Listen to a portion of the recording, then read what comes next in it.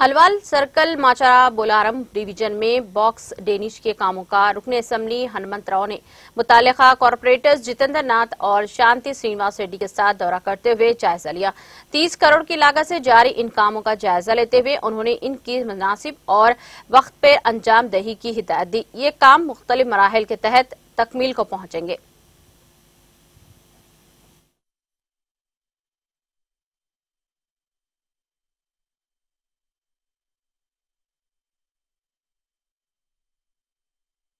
mask विशेष photo में छोड़ अंदर